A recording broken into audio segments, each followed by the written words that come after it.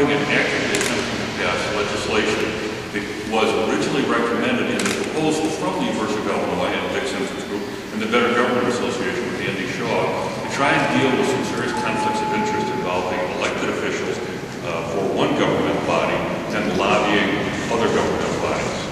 And in a state like Illinois, just in recent times alone, when you figure 5 of our last 8 elected governors have been indicted. According to the Chicago Tribune, over 1,000 different governmental employees have been indicted. 30 some more. Operation Greylord and Gambit, the largest court criminal operation in history of the United States.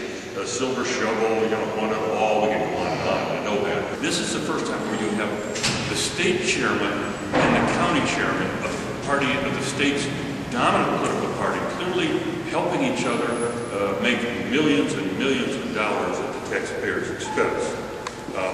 Just in the last few years alone, Mr. Pay-to-Play himself, Michael Madigan, and Mr. Pay-to-Play Jr., Joe Barrios, of the Board of Tax Appeals, which is where we are right now, have shifted over $1 billion of assessed valuation from Michael Madigan's clients to the average homeowner. This is not a linear amount of money. And for that reason, I think it's important that we highlight it. According to Cook County Assessor Jim Houlihan, who is also a member of their state party, they are now trying to keep the property tax assessment bills from coming out on time because I think they realize we're all waiting to see if Madigan's already shifted $1 billion.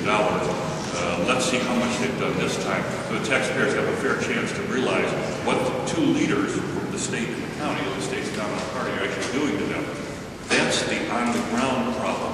But where we can deal with it is to say we would like legislation at the state and county level that says if you're an elected official, you may not lobby another county for profit representing a client because, as their reports have said, and both Dick Simpson and Andy Shaw have pointed out in their report, this is a blatant conflict of interest. You cannot serve 2 masters at the same time. The report on corruption in Cook County government. We list in the report more than 150 officials who have been convicted of corruption. We list more than a dozen cases or centers of corruption in Cook County.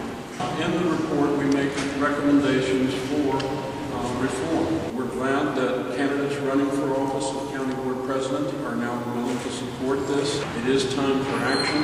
It is time for reform. You're going to replace one insider like Todd Schroeder with another insider.